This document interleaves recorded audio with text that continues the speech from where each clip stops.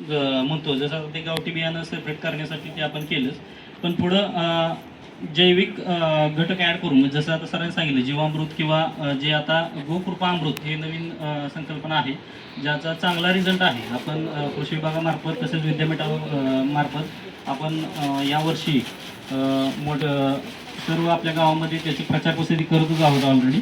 तर त्याचं काय रिझल्ट येतो यासाठी आपण हा एक ट्रे घेतलेला आहे, ज्यामध्ये आपण निम्म्या भागात गोकृपा अमृतचे ट्रीटमेंट केलेलं सीड लावणार आहे आणि निम्म्या भागात उर्वरित बियाणं लावणार आहे. आणि त्याचा आपल्याला काय रिझल्ट दिसेल हे सुद्धा आपण नंतर ह्या ट्रेमध्ये बघू शकेल.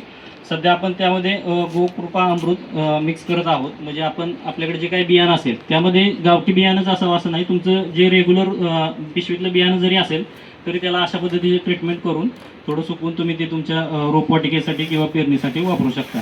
तर अशा पद्धतीनं अलगद व्यवस्थित मिक्स करू शकताय.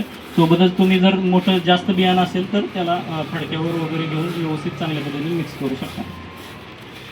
तर गोकृपा अमृतबाबत हनुमते सरांनी सांगितलं तुम्हाला ऑलरेडी ते कसं का महत्त्वाचं आहे आणि कशासाठी. कारण का त्यामधून आपल्याला जीवाणू वेगवेगळ्या प्रकारचे असतात, जे ऑलरेडी रासायनिक खतामुळं आपल्या शेतामधील जे आवश्यक नायट्रोजन फिक्सेशनसाठी असेल किंवा इतर जे महत्त्वाचे घटक आहेत पिकांसाठी ते फिक्स करण्यासाठी हे जीवाणू मदत करतात. आणि ते जर बियाण्यासोबतच गेले तर नक्कीच रोपवाटिकेतील रोपे असतील किंवा आपलं पुढं येणारं पीक असेल ते चांगल्या पद्धतीनं येणार आहे. तर आपण काय करूया आता, हे जे बियाणं ज्याच्यावर आपण गोकृपा अमृतची प्रक्रिया केली ते निम्म्या भागात लावून घेऊया आणि उर्वरित आहे ते विदाऊट गोकृपा अमृतचं बियाणानं ट्रेमध्ये लावून घेऊ. आणि त्यानंतर आपण ते रोपं पुढच्या 2-3 दिवसात आपल्याला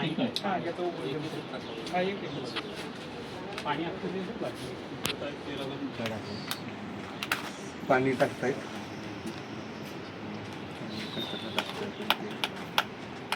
खाली खाली रोटरी आपला केलंय बघा, इथे मार्किंग केलंय ना, तर हे जे असं खरवड आहे ना हे साधं आहे, हे सगळं गोकृपाचं असं इकडे.